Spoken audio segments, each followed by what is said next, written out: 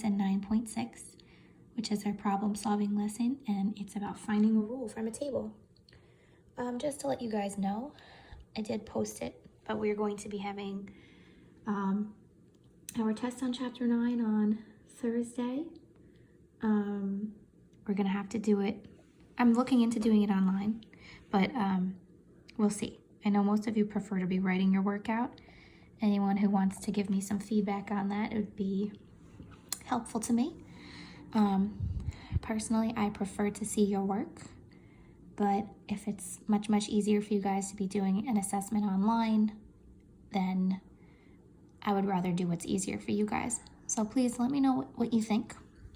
If you guys are not having trouble taking pictures and uploading them, then we can keep doing that. But if you think it'd be easier to do it online, just let me know. The original reason for us doing the test on Thursday was that we were not supposed to be having school on Friday.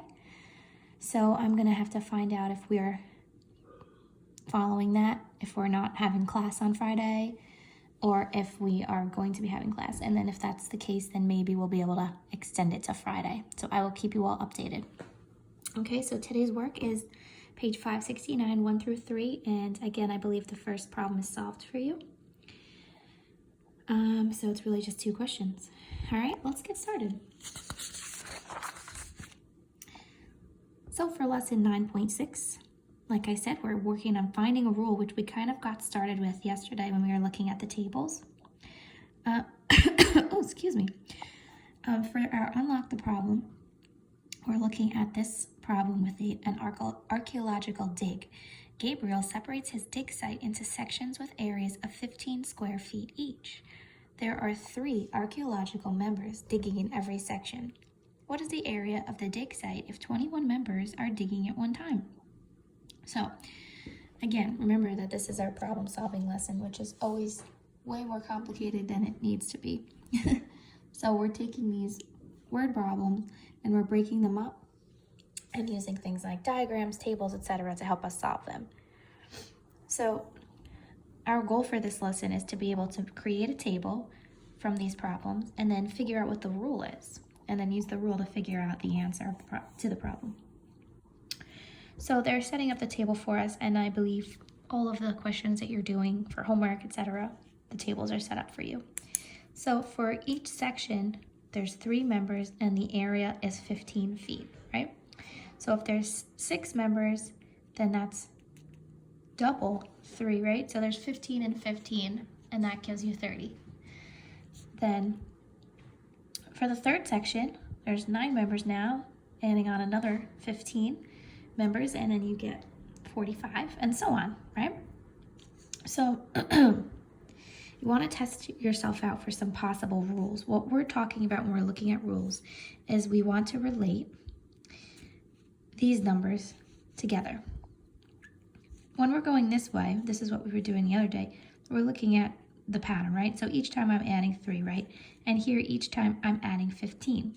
I want to find a rule that relates the number of members to the area.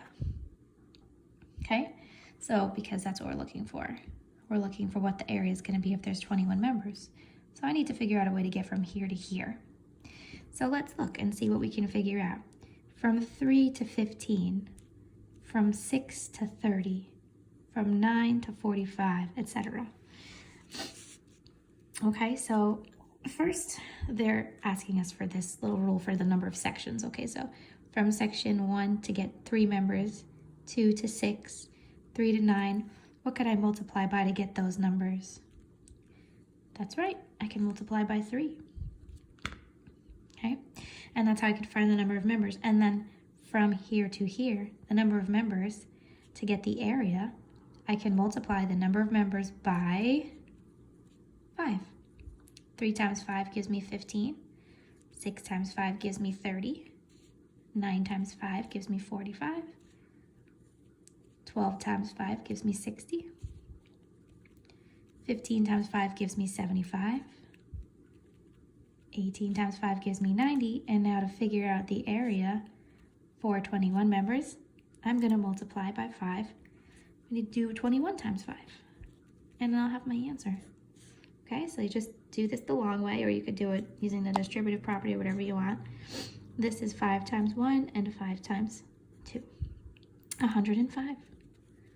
Okay, so we found the rule. If the area of the dig site, I'm sorry, if the the area of the dig site, if 21 members are digging, is 105 square feet. So one more time, what did we do? We looked from here to here to find the rule. Yesterday, or was it yesterday? Yes, it was yesterday. We were looking at patterns going from one term to the next. This time we're looking from the top to the bottom and seeing if we can figure out a rule to find the missing term, okay? And just to throw it out there, I'm doing the same thing with 6th grade, just on a little bit of a higher level, so this is important for what's coming, okay? All right, let's do the next one. So I skipped over the try another problem. I liked the share and show better. So if you'd like to try that one, you can. You're gonna have to create the table yourself if you choose to do so. I'm gonna go with this because I would like the table to already be made.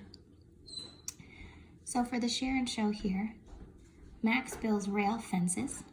For one style of fence, each section uses 3 vertical fence posts and 6 horizontal rails. How many rails does he need for a fence that has 27 posts? Without this diagram, this is a very confusing question. So thankfully we already have a diagram here. This is the first type of fence. They're saying 3 vertical posts. That means 1, 2, 3. And each of these has horizontal rails as well. And they're telling us it has 6. So as you can see, there's 1, 2, 3, 4, 5, 6. That's one section. This counts as one section, okay?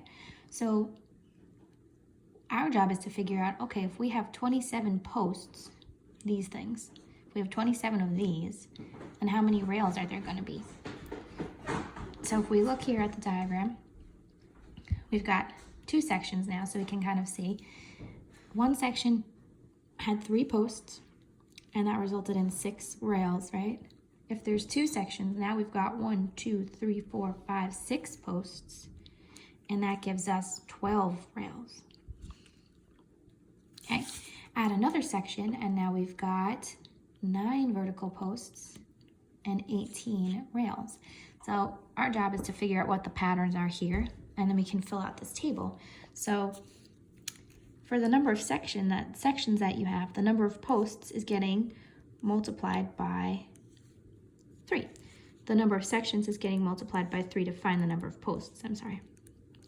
Okay, so we know that if we're dealing with 27 posts, that means that there's 9 sections. Not that we needed to know that, but the last thing we need to figure out is how many rails we have. So with the first section, 3 posts gave us 6 rails. So to get from 3 to 6, I'm multiplying by 2, right? I just have to check and make sure it works for all of these. Does it work? 3 times 2 is 6. 6 times 2 is 12. 9 times 2 is 18. Yes, it does. So I can figure out the number of rails on 27 posts by multiplying it by 2. So I'm going to just do 27 times 2. Okay, so this is going to be 14, and that will be 5. So there will be 54 rails if there's 27 posts, and that's it. Okay, there's a lot more on the page here, but this is how I'm doing it for you, nice and simple. Number 2, they're switching up the style of fence. They're still using 3 posts, but this time there are 12 rails, okay? So now, if there's another section that's gonna double up the rails, it's the same thing.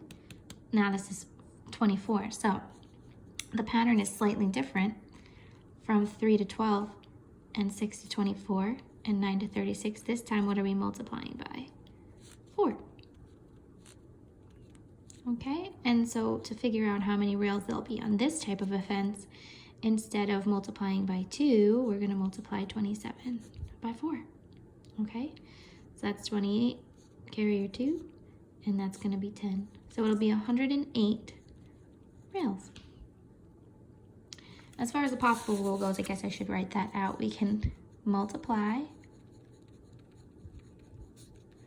the number of posts by 4.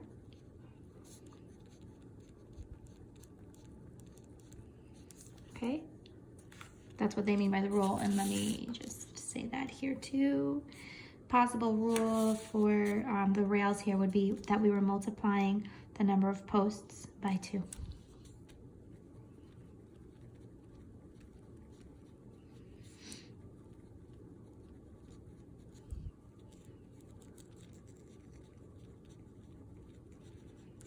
Okay, and that's really it, guys. The homework is pretty straightforward. They're giving you tables already, so you don't have to figure anything out.